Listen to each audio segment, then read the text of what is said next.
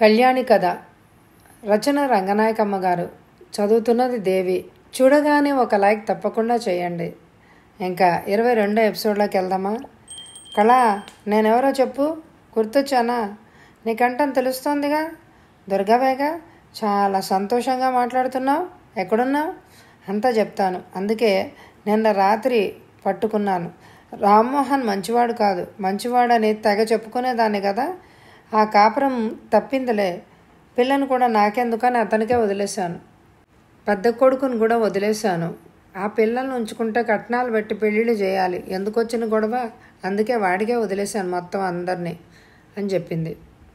ఇంతకీ నేను ఎందుకు ఫోన్ చేశానో తెలుసా? నేను ఎవరినో పెళ్లి చేసుకుంటున్నానే. మళ్ళీ పెళ్ళి. ఎవరిని తెలుసా? చెప్పకుండా తెలుస్తుందా? రాధని వదిలేశాడే మెడికల్ షాప్ ఓనరు. రాధని అతను వదిలాడా? రాధే అతను వదిలిందా? పైగా అతను రాధని క్షమించమంటూ ఉత్తరం కూడా రాశాడు. అవునులే, చెప్పాడు. ఆ ఉత్తరం చెప్పేసిందట కదా. అదంతా చెప్పాడు. ఆయన చాలా మంచివాడే కల్లా. అదేమిటి అతన్ని పొగుడుతున్నావు? అతన్ని చేసుకుంటావా ఏంటి కొంపదీసి? దుర్గ బాగా నవ్వింది. మరి నేను చెప్పేదేమిటి? నా అదృష్టం కొద్దీ ఆయన నాకు దొరికారే. కళ మౌనం. వింటున్నావా? రాధ వదిలిందా, అతను వదిలాడా అని కాదు. ఎవరు వదిలేస్తే ఏమిట్లే. అతను రాధ విడిపోయారని నాకు తెలుసు కదా. ఆయన మళ్ళీ పెళ్లి చేసుకున్నాడా లేదా అని నేను తెలుసుకోవాలని ఏదో మందులు కొనాలని వంకతో పెట్టి ఆ మెడికల్ షాప్కి వెళ్ళాలే. ఆయన రాధతో ఉన్నప్పుడు కూడా వాళ్ళ ఇంటికి వెళ్ళేదాన్ని. నన్ను బాగా పోల్చాడు. షాపు పని ఎవరికో అప్పచెప్పేసి తన కారులో నన్ను హోటల్కి తీసుకెళ్ళాడు. టిఫిన్లు తిన్న తర్వాత ఒక రూమ్లో కూర్చున్నాం. చాలా చెప్పాడు. నేను కూడా ఆ సంగతులు చెప్పాను. ఇంకా చెప్పేది ఏముందిలే. వరుసగా 10 రోజులు కలిసాం. అతడికి తండ్రి పోయాడు, తల్లే ఉంది. ఆవిడ్ని కూతురు దగ్గరికి పంపేయడమో పెద్దవాళ్ళ ఆశ్రమంలో చేర్పించేయడమో ఏదో చేస్తున్నాడు. అలా చేస్తే బాగుంటుందని నేను కూడా అన్నాలే. తల్లిని అలా పంపించాలని నువ్వు షరతు పెట్టావా? నేను అలా అనలేదు, కానీ అతనికే ఇష్టం లేదు. తల్లిని దగ్గర పెట్టుకోవడం. పిల్లల మాట వస్తే అసలు పిల్లలే వద్దన్నాడు మొదట. తర్వాత ఒక్క పిల్ల చాలన్నాడు. 10 రోజుల తర్వాత దేవుడి గుళ్ళో బంగారం చైన్తో మంగళసూత్రం నా మెడలో కట్టాడు. ఇంట్లో నాకేం పనులుండవు. నేను స్కూల్లో పని మానేసి మావారి మెడికల్ షాప్లో పనులే చూసుకుంటా. అలాగా సరుకుల్ని అమ్మి డబ్బు లెక్కలు చూసుకోవడం అంటే నాకు చాలా ఇష్టమే కళ. దుర్గా, పెట్టేస్తున్నాను. అయ్యో, అప్పుడేనా? ఇంకా చెప్పాలి. మా అత్తగారు ఒక ఆశ్రమంలోకి వెళ్ళిపోయింది. ఆవిడకి ఇదివరకే ఆ ఆశ్రమాల్లో చేరడం నచ్చేది కాదుట. ఇప్పుడు నేను వెళ్ళగానే ఆవిడ ఇష్టంగానే బయటికి వెళ్ళిపోయింది. ఇంత మంచి ఆయన్ని రాధ వదులుకుంది కళ. దాని దురదృష్టమే. నా అదృష్టమైందే. ఈ మాట రాధకి చెప్పావా? నువ్వే చెప్పు దానికి స్వయంగా. అవునులే, ఎప్పుడైనా నేను చెప్తా. ఓసారి నీ దగ్గరికి మా వారితో వస్తాలే. కళ్యాణి ఫోన్ దుర్గ నుంచి మూసుకుపోయి రాధ కోసం తెరుచుకుంది. రాధ, దుర్గ ఎంతసేపు తినేసిందో నన్ను. అది చెప్పే సమాచారం తెలియాలనే ఓపికగా విన్నాను. మొదట పిల్లల్ని వదిలేశానని సంతోషంగా చెప్పుకుంది. తర్వాత తన 2వ పెళ్లి కుదిరిందంట చెప్పింది. ఆ ముచ్చట ఎవరినో తెలుసా? పాపం, ఎవరా పెళ్లి కొడుకు? వాడెవడో కాదే. రాధ ఎవరిని వదిలిందో వాడేట. వాడా? ఇద్దరు సరిపోతారు, మంచి జంట. ఇంకో మాట, కొత్త అత్తగారిని మొన్నాడే హోంలో పంపించేసిందిట. దాన్ని అనడం ఎందుకు? వాడే తల్లిని పంపించేశాడు అని అనాలి. ఇద్దరు ఎంత తమాషాగా కలిసారనుకున్నావు? వచ్చే ముందు వస్తానని చెప్పిందిలే మా ఇంటికి. రావద్దని చెప్పేస్తాను. చెప్పకుండా గొప్ప కారుతో గుమ్మ ముందు వచ్చిందంటే నీతో సంబంధం నాకు ఇష్టం లేదని చెప్పేస్తాను. దుర్గ రేపో మాపో తన అదృష్టాన్ని నీకు చెప్పుకుంటుందిలే రాధా. దుర్గ నెంబర్ని ఇప్పుడే బ్లాక్ చేసేస్తాను. స్కూల్ రోజుల్లో అది ఎంత అమాయకంగా ఉండేదో నాకు బాగానే గుర్తు, కానీ అమాయకత్వంలా కనపడేది. ఒక రకపు గడుస్తుతనమేనేమో. కళ, నీ ఫోన్ ఆపేస్తున్నానే. దాని నెంబర్ బ్లాక్ చేయాలి తొందరగా. కళ, నేనే దుర్గని. రాధకి ఎన్నిసార్లు ఫోన్ చేసినా డయల్ సౌండే రావడం లేదు. కళ, నేనే, వింటున్నాలే. రాధకు నేను చెప్తే బాగానే వెళ్తోంది కదా, మరి నీకెందుకు పలకడం లేదు? ఏమో, 4-5 సార్లు చేశాను, ఏ సౌండు లేదు. నీ నెంబర్ బ్లాక్ చేసిందేమో. నాతో అలాగే చెప్పింది. ఓ, అలా చెప్పిందా? నేను అదే అనుకున్నానులే. అసలు దానికి ఒక మంచి మాట చెప్పాలని నేను చేశాను కళ. ఏమిటా మంచి మాట? నువ్వు అసలు విను ముందు. రామ్మోహన్ని నేను వదిలేశాను కదా. అతను మంచివాడినే. తల్లిని ఇక్కడికి తెచ్చి చాకరీలు చేస్తాడని పట్టుబడితే అందుకే అతన్ని వదిలేసా కదా. దుర్గా, అబద్ధాలు చెప్పావంటే నేను వినను, ఆపేస్తా. రామ్మోహన్ని వదిలింది నువ్వు కాదు, అతనే నేను వదిలేశాడు. దాన్ని మార్చి చెప్తావెందుకు? సరేలే, నిజమేలే, మర్చిపోయా. నువ్వు చెప్పాలనుకున్న మంచి మాట ఏమిటి? అదేదో చెప్పు. నువ్వు కూడా అవునంటేనే. ఏమిటి? రామ్మోహన్ రెండో పెళ్లి చేసుకోలేదు. రాధ కూడా అలాగే ఉంది కదా. ఇద్దరూ కలిస్తే వాళ్ళకి బాగుంటుంది కదా అని అనిపిస్తోంది. పెళ్లి సంబంధాల గురించి ఆలోచించే పని పెట్టుకున్నావా? రాధ వదిలేసిన వాడు నీకు నచ్చితే నిన్ను వదిలేసిన వాడు రాధకి నచ్చుతాడనుకున్నావా? నిన్ను వదలాలంటే పెళ్లికి ముందే వదలాలి, లేకపోతే పెళ్లి పీటల మీద ఆ మర్నాడో వదిలేయాలి. అది చేయలేని వాడే మంచివాడు అవుతాడు. అలా అనకే కళ. అందరూ ఒకలాగే ఆలోచిస్తారా? నువ్వే చెప్పు. రాధ ఇంకా అలాగే ఉండిపోతుందా? రామ్మోహన్ మంచివాడే కదా. మంచివాడిని నువ్వెందుకు పోగొట్టుకున్నావు? నాకు అంతకన్నా మంచివాడు దొరకాలని రాసిపెట్టుంది. అంటే నువ్విప్పుడు చేసుకున్నవాడు రామ్మోహన్ కన్నా మంచివాడా? రామ్మోహన్ అయితే అంత మంచివాడు కాదా? ఎలాగైతే ఎక్కువ మంచివాడిని వదిలేసిన రాధ తక్కువ మంచివాడిని ఎలా ఇష్టపడుతోంది? ఏమోనే, నీ మాటలు ఎప్పుడు ఇంతే. అయితే ఒక మాట విను. తల్లిని టకీమని వదిలేసిన నీ కొత్త భర్త కన్నా తల్లిని వదలని రామ్మోహనే ఎక్కువ మంచివాడు. సరే, అలాగే అనుకో. రామ్మోహన్తో మాట్లాడమని రాధకు చెప్తావా? రాధకి అది నచ్చదని నాకు తెలుసు. అది సహించలేని విషయాన్ని దానికి నేనెలా చెప్తాను? నీ సంసారం అయితే మంచిదే. రామ్మోహన్ సంగతి నీతో అన్నాను. నీ భర్త నీకున్నాడు. పాపం రాధే ఒంటరి అయిపోయింది. దానికి రెండో సంబంధం అయితేనే బాగుంటుంది. పోనీ రాధకి నువ్వు చెప్పొద్దులే. రాధని చెప్పేమని చెప్పు. నేను చెప్పను కానీ నువ్వే రాధకి ఉత్తరం రాసుకో. దాని అడ్రస్ అలాగా ఆ ఊరు బ్యాంకుకి రాయి, అదే అందుతుంది. నేను అసలు రాయనులే. మంచివాడు కావాలని దానికే, లేకపోతే నాకెందుకు? అది అలా గ్రహించు. దుర్గా, రాధ నీకు ఒక పెళ్లి సంబంధం చూసింది. అంత పని చేసిందా? దానికి నీ ఫోన్ దొరకడం లేదు, నీ అడ్రస్సు లేదు. అది చాలా గడుసుది. ఇంకో నెంబర్తో చేస్తుంది. అప్పుడు నేను ఎత్తుతానుగా. అయ్యో, ఇప్పుడే ఏదో నెంబర్ పడిందే. దుర్గా ఏమో. అదేమిటో చెప్తా ఉండు. కళ కొత్త నెంబర్కి చేశాను. దుర్గా మొదలుపెట్టింది. దాంతో మాట్లాడి దానితో మాట్లాడినట్టే నా మాటలు వాడికి చెప్తుంది. దాని కంట వినబడగానే నేనే ఆపేశాను. ఇంకా నన్ను చంపుతుంది. పిల్లల్ని ఎంత తేలిగ్గా వదిలేసిందే. తల్లి వదిలేయడం ఆ పిల్లలకే మంచిది. దీని చేతుల్లో పెరగడం కంటే ఆ తండ్రి చేతుల్లో పెరగడమే ఆ పిల్లలకి మంచిది. నా పిల్లని పూర్తిగా నా చేతుల్లోకి ఎలా తీసుకోవాలో నాకు అర్థం కావడం లేదు రాధా. పర్వాలేదు, పిల్లకి మంచి కథలు నేర్పుతూ ఉండు. అమ్మా, చిన్నమ్మ, బాగున్నావా? అదేంటత్తయ్య, నేనెందుకు బాగుండను? నీ కంఠం అలా ఉందే. అవునే, నా కంఠాన్ని సర్దుకునే మాట్లాడుతున్నాను. ఇందాకటిదాకా మంగమ్మ ఏడుస్తూ కూర్చుంది నా ముందు. అది ఏడుస్తుంటే నాకు ఏడుపు రాక ఇంకేమవుతుంది? అదేంటి, మంగమ్మ ఎందుకు ఏడిచింది? తాను ఏడిస్తే మందలించాలి కానీ నువ్వు ఏడుస్తావా? నాకు ఏడుపు వచ్చిందమ్మా. ఏం మందలిస్తాను? మంగమ్మ కూతురు 18 ఏళ్ళది. తల్లి 2-3 ఏళ్లలో పనులు చేసుకుంటూ కూతుర్ని చదువులో పెట్టింది. మంగమ్మ మిషన్ కుట్టుకు కూడా కుట్టగలదు. కూతురికి కూడా కుట్లు నేర్పాలంటే ఆ మిషన్ కుడతావా అందట చిన్నప్పుడే. అప్పుడు మంగమ్మ కూడా పోనీలే, అది చదివితే చాలులే అని ఊరుకుంది.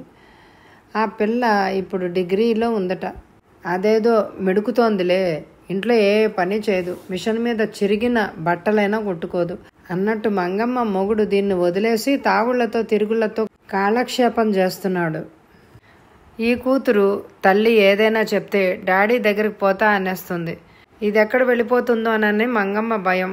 పోనీలే, దాన్ని అంటాను నేను. అమ్మో, వాడు మంచివాడు కాదమ్మా, కూతుర్ని ఎవడికో అమ్మేస్తాడు అంటుంది.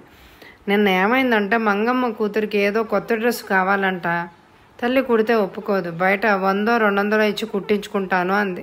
ఆ డబ్బు ఇవ్వాల్సింది మంగమ్మే. ఆ కుట్టువాడి దగ్గరికి వెళ్ళి ఆ కుట్టేసిన బట్టలు తీసుకురమ్మని తల్లికి ఆర్డర్ వేసింది కూతురు. తల్లి ఏదో పని చేసుకుంటూ ఉంటుంది. నేను అసలే పప్పులన్నీ చెరిగి వచ్చాను. చచ్చే చావులా ఉంది నీ గుడ్డలు, నువ్వు తెచ్చుకో అని తల్లి అంటే, చి నువ్వేం తల్లివి? డాడీ దగ్గరికి పోతే నీకు తెలిసొస్తుంది.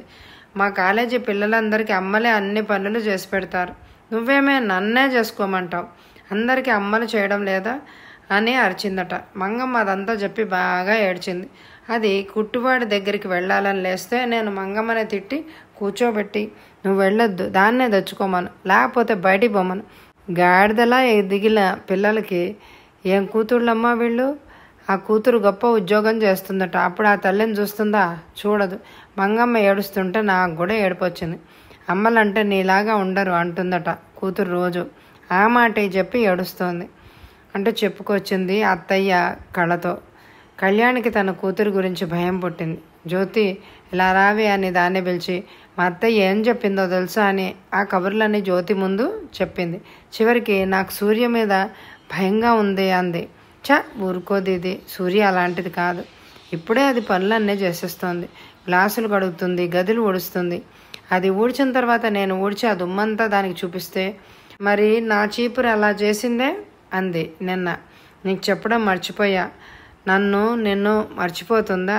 దానికి పనులన్నీ నేర్పుదాం అంటూ జ్యోతి కళ్యాణిని ఓదారుస్తూ మాట్లాడింది. అన్ని మాటల తర్వాత కూడా ఏమోనే, ఈ పిల్లలకి తల్లి మీద ఇష్టం ఉండడం లేదంట అత్త చెప్పింది అని బెక్కమొహంతో మాట్లాడింది. జ్యోతి పిల్లకి ఏదో పాట నేర్పుతూ హాల్లో కూర్చుంది. శంకర్రావు కళ్యాణ్ గదిలోకి వచ్చి ఎప్పుడు అన్నని మాట ఒకటి అన్నాడు. ఈ గదిలో నీ మంచం పక్క వాళ్ళిద్దరు ఎందుకు? ఏ రాత్రైనా రావాలంటే ఎలాగా? గుండె ఆగింది కళ్యాణ్కి. మాటలు పోయినట్టు చూసింది. అతను మళ్ళీ, నువ్వు నా గదిలోకి వస్తూ ఉండు. నేను మగాడిని కాదనుకుంటున్నావా, లేకపోతే మొగుడిని కాదనుకుంటున్నావా అంటూ తలెగరేశాడు. మిమ్మల్ని అలా అనుకోను. నేను దూరంగా ఉంటున్నాను. నాకు కుష్టు లాంటి జబ్బేదో రావచ్చని ఓ డాక్టర్ అంది. నేను పిల్లలకు కూడా దూరంగా ఉంటున్నాను అని తలవాల్చేసింది. అయితే అది నీ కర్మ. అంత జబ్బు పెట్టుకుని నన్నెంత నమ్మించావు? ప్రేమించానంటూ నా బ్రతుకు బండాలు చేశావు. లేకపోతే నేను ఇంకో మంచి పిల్లని పెళ్లి చేసుకుందును కదా. నా సంగతి ఏముంది? వారం రోజుల్లో అంతా బాగైంది. వారం కాదు, 6 నెలలు పట్టిందన్నారు. ఇంకా స్పెషలిస్ట్ కోసం మీ బావగారిని అడిగారు. వాడు చెప్పాడా నీకు? ఆయన ఎందుకు చెప్తారు? మీరు ఆయనతో మాట్లాడుతుంటే ఆ మాటలు నాకు వినబడ్డాయి. అంతే తెలిసిందా నీకు? నన్ను 4 స్పెషలిస్టులు చూసి శబాష్ అన్నారు. నువ్వు ఒక్కసారి నా పక్కలోకి వచ్చి చూడు. ఈసారి కొడుకును గంటావు. వద్దు, నా జబ్బు నా పిల్లలకి రావడం నాకు ఇష్టం ఉండదు. మీరు మళ్ళీ పెళ్లి చేసుకోండి. నాకు అభ్యంతరం లేదని ఇప్పుడే రాసిచ్చేస్తాను. ఇవ్వమంటారా? నాకు అందమైన పిల్ల దొరకొద్దు. ఈసారి మా అమ్మకి నచ్చితేనే. ఆ రోజుల్లో నువ్వు శంకర్ అని మాట్లాడేదాన్ని. నువ్వేనా? నువ్వు కాదనుకుంటాను. అవును, నాకు కూడా అలాగే ఉంది. శంకర్ మీరు కాదనుకుంటాను. నువ్వు నాకు పరాయిదాని వేలే అనేసి పెద్ద పెద్ద అంగాలతో తన గదిలోకి వెళ్ళిపోయాడు. కళ్యాణి హాల్లోకి వెళ్ళి చూస్తే 2 పిల్లలు చాప మీద పడి నిద్రలు పోతున్నారు. జ్యోతిని లేపితే లేచింది. కళ్యాణి సూర్యని ఎత్తుకొని తెచ్చి తన పక్కలో పడుకోబెట్టింది. జ్యోతి చాపని వదిలి పరుపు మీద పడగానే మంచి నిద్రలో పడింది. అప్పటికే కళ్యాణి రాధ కోసం ఫోన్ పట్టుకుంది. కళ, నువ్వు దుర్గ గురించి చెప్పినప్పటి నుంచి నాకు ఏదో చిన్న అనుమానం మొదలైంది. మనుషులు ఖచ్చితంగా ఆడవాళ్ళైనా మగవాళ్ళైనా కొందరు మంచిగా కొందరు చెడ్డగా ఉంటారు. ఏమిటిది? ప్రకృతి సహజత్వమా ఇది? ఇదే నన్ను పీడించే అనుమానం. దుర్గ ఎందుకు అలా ఉంది? జంతువులు కూడా పిల్లల్ని వదులుకోవు. ఆ మనిషి మాత్రం ఏ ప్రేమ లేకుండా ఆ పసిపిల్లల్ని కూడా వదిలేసింది. ప్రతి తల్లి అలా చెయ్యదు కదా. ఏమిటిది అని అనిపిస్తుంది రోజు నాకు. మనుషుల్లో మంచి లక్షణాలు చెడ్డ లక్షణాలు కనపడుతున్నాయి, నిజమే. ఈ తేడాలకు ప్రకృతే కారణమైతే ఇక ఈ తేడాలు ఎప్పుడే ఇలాగే ఉంటాయి కానీ మారవు కదా. ఎన్నెన్నో చెడ్డ విషయాలు మంచిగా మారడం చూస్తున్నాం. ఆ మార్పులు పోరాటాల వల్ల జరుగుతున్నట్టు కూడా చూస్తున్నాం. చదువుకున్నాం, నాకు తెలిసింది. నిజమో కాదో కానీ చెప్పనా అంటూ తన చిన్నప్పుడు జరిగిన ఒక విషయాన్ని గుర్తు చేసుకుంది. అదే కళ్యాణితో కూడా చెప్పింది ఆమె. నాకు కూడా అప్పుడప్పుడు అనిపిస్తుందే కళ, నీకులాగా ఒక బిడ్డ ఉంటే పెంచుకుందని కదా అని. నాకు ఒక ఐడియా వచ్చింది. ఇలా చేద్దామా? సూర్యని నీ దగ్గర పెడతా, రహస్యంగా పెంచు. ఎవరు ఎత్తుకుపోయారని నేనే పోలీస్ రిపోర్ట్ ఇస్తా. వాళ్ళు నిన్ను కూడా పట్టుకుంటారు. పిల్లని రహస్యంగా ఎలా పెంచగలం? బడికి పంపొద్దు. నేను పెంచేది సూర్యనే కాదు, జ్యోతిని కూడా పెంచుకుంటున్నట్టే. 2 పిల్లల్ని పెంచవలసిన బాధ్యతలాగా ఉంటుంది నాకు. నేనా? పెంపకాలు చేయలేనులే, అంత ఓపిక నాకు లేదు. అవును, అదంతా వద్దులే. నాకైతే ఈ పెంపకాలు అనుకోకుండా జరిగాయి. అసలు నన్ను ఇతను ఇంత చులకనగా ఎందుకు చూస్తాడంటే మొదటి కారణం నా తల్లిదండ్రులే. వాళ్ళు నన్ను ప్రేమగా చూడరని ఇతని కుటుంబంలో అందరికీ తెలుసు. ఆ సంగతులన్నీ మా అక్కే చెప్తోంది. వాళ్ళకి, మా వాళ్ళలో ఎవ్వరికి నేనంటే లక్ష్యం లేదని అర్థమైపోయింది వాళ్ళకి. నా పెళ్ళి మా వాళ్ళకి నచ్చలేదనుకో, మా వాళ్ళు నన్ను వదిలేశారు. కానీ శంకర్రావు తల్లిని, అక్కల్ని, శంకర్రావుని కూడా పలకరిస్తూనే ఉంటారు. మా అక్క అయితే వాళ్ళింట్లోనే కూర్చుంటుంది తన నగలతో. ఇదంతా నాకు తెలుసు, కానీ అయినా మళ్ళీ మళ్ళీ వినాలనిపిస్తూ ఉంటుంది. ఎందుకో తెలుసా, నేనంటే నీకు ఇష్టం కాబట్టి నా విచారాన్ని పంచుకోవాలి అని అనిపిస్తుంది నీకు. నాకు సూర్య పుట్టినరోజుల్లో నన్ను చూసుకోవాల్సిన బాధ్యత పుట్టింటి వాళ్ళదే అని వీళ్ళు అనుకుంటే, ఇది కులాంతరం కాబట్టి నన్ను చూసుకోవడం శంకర్రావే చేయాలని మా వాళ్ళు అనుకున్నారు. మొత్తానికి 2 పక్షాల వాళ్ళు వదిలేశారు నన్ను. నాకు పనులంటే ఎప్పుడు భయం లేదు కాబట్టి నేను నిర్భయంగానే బ్రతికాను. సీమా మేడం, జ్యోతి వాళ్లే నాకు పెద్ద అండ. వీడు ఒకసారి ఏమంటాడో తెలుసా, మీ వాళ్లే మంచివాళ్ళు, మీ అక్క చాలా తెలివైంది, నువ్వే మీ వాళ్ళని వదులుకున్నావు అని అంటాడు. ఓసారి మా అక్క గురించి మళ్ళీ ఏమంటాడో తెలుసా, మొగుడిని కాలి కింద పెట్టుకుంటుంది, మా బావ ఉత్త చచ్చుదద్దమ్మా అంటాడు. ఆ మాటల్ని తను అన్నం తినేటప్పుడు జ్యోతితో చెప్పినట్టు వాగేస్తాడు. నేను ఒక్క మాట అయినా మాట్లాడను. కళ, మా బాధలు మనం చెప్పుకోకపోతే ఎలాగే, రోజు చెప్పుకోవాల్సిందే. కానీ నాకు మొన్న భలే జరిగింది, అది చెప్పాలే నీకు. నా గోల విను. మళ్ళీ పోగొట్టుకున్నావా? ఎంత? పోలేదు, పోతే 10,000 పోయేది. అంత మతి లేదా? తాగేసి చేస్తున్నావా బ్యాంకులో పని? ఏదో ఆలోచనలో అలా చేసేసానే అంటూ ఆ జరిగిన విషయం అంతా చెప్పుకొచ్చింది కళ్యాణి. ఒకరోజు సైకాలజిస్ట్ మేడంకి ఎదురుగా కూర్చుని ఉంది కళ్యాణి. రాధతో చెప్పలేదు, సీమా మేడంతో కూడా చెప్పలేదు, ఆఖరికి ఇంట్లో ఉన్న జ్యోతితో కూడా చెప్పలేదు. బ్యాంకు నుంచి ఒక పూట సెలవు తీసుకుని వెళ్ళింది. గతంలో మాట్లాడిన సైకాలజిస్ట్ దగ్గరికి కాదు, ఎవరో చెప్తే ఇంకో ఆమె దగ్గరికి.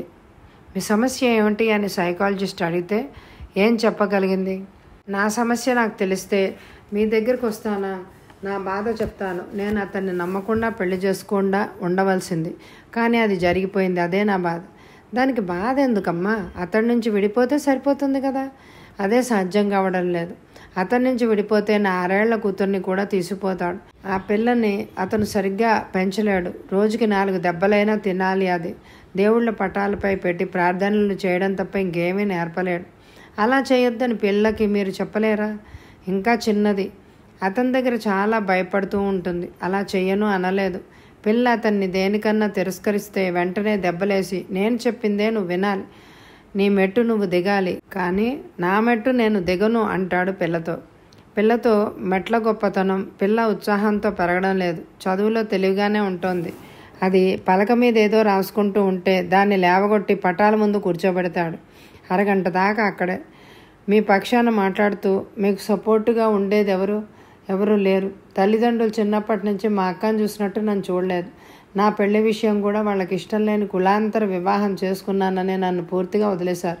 మీ సిస్టర్, ఆమె నాకు మొదటి శత్రువు. నా ఉద్యోగం మీద ఆమెకు అసూయ, ఆస్తిపరురాలు, బాగా గర్వం. నాకు పిచ్చి అని తను నమ్ముతూ నా భర్త అయిన వాడికి కూడా చెప్తూ ఉంటుంది. అతన్ని ఒకసారి తీసుకురాగలరా? రాడు. అతను వస్తాడన్నా నేను తీసుకురాలేను. అసలు అతనితో రోజుకి నాకు ఒక్క మాట కూడా ఉండదు. పిల్ల కోసమే అతనితో ఏమాత్రం కలిసి ఉంటున్నాను. అతన్ని రమ్మంటే ఎలా అనేస్తాడంటే, నీ ఫీజు తీసుకునే సైకాలజిస్టు నీకే అనుకూలంగా మాట్లాడుతుంది, కానీ నేను చెప్పేది వింటుందా అనేస్తాడు. అతను మీ మీద వ్యతిరేకంగా ఏమని చెప్తాడు? నన్ను అందమైంది కాదు అంటాడు.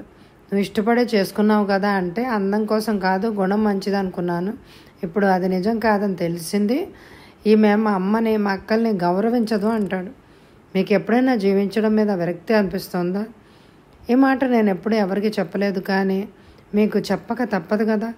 జ్యోతి అనే 11 ఏళ్ల అనాథ పిల్లని నాకు సాయంగా పెట్టుకున్నాను. 7 ఏళ్ల నుంచి ఇప్పుడు దానికి 18 ఏళ్ళు. ప్రైవేట్ చదివే, అది నా ఆప్తురాలు. దాన్ని చూసుకుంటూ బ్రతుకుతున్నాను. ఒక్కోసారి అనిపిస్తుంది, బ్యాంకులో నా అకౌంట్ అంతా జ్యోతికి చెందేలాగా రాసేసి నేను నా పిల్ల 4 మాత్రలు మింగేసి లేవకుండా శాశ్వతంగా నిద్రపోవాలి అని అనిపిస్తుంది. అలా జరిగితే మా కోసం ఏడ్చేది జ్యోతి తప్ప ఎవరూ ఉండరు. అది కూడా ప్రాణాలు వదిలేస్తుందేమో చెప్పలేం. నాకు అన్నిటికన్నా అర్థం కాని విషయం, నేను అతని గురించి ప్రేమ అనుకున్నది ఎలా అయిందేమిటా అని. అతని నిజ స్వభావం మొదట తెలియలేదు అనుకుంటారా? అలాగే అనుకుంటున్నాను ఇప్పుడు. అతని నుంచి మీ కూతురుతో మీరు వేరుగా ఉంటే మీ సమస్య అంతా పోయినట్టే అనుకుంటారా? లేకపోతే భార్యాభర్తల సంసార సుఖం పోయినట్టు అనుకుంటారా? నేను నీకు అసలు నిజం చెప్పాలి. పెళ్లికి ముందే అతను తనకు నపుంసకత్వం ఉందని చెప్పుకున్నాడు. మందులు కొత్తగా తీసుకుంటున్నానని చెప్పాడు. అది నాకు సమస్య కాదని అతనితో అనడమే కాదు, శరీరాల్లో లోపాలు ఉన్నట్టే వాడికి కూడా అదేమంత సమస్య కాదు అని నేను చెప్పాను. అలా అనుకునే మేము పెళ్లి చేసుకున్నాం. తర్వాత ఇలా జరిగింది అంటూ మొత్తం అంతా వివరించి చెప్పింది ఆ సైకియాట్రిస్ట్కి. ఈ ఎపిసోడ్ని లైక్ చేయండి. వచ్చే ఎపిసోడ్లో ఆ సైకియాట్రిస్ట్ ఏమని సలహా ఇస్తుంది ఇవన్నీ తెలియాలంటే ఈ ఎపిసోడ్ని లైక్ చేయండి. వచ్చే ఎపిసోడ్ కోసం ఎదురు చూడండి. Thank you very much my dear friends.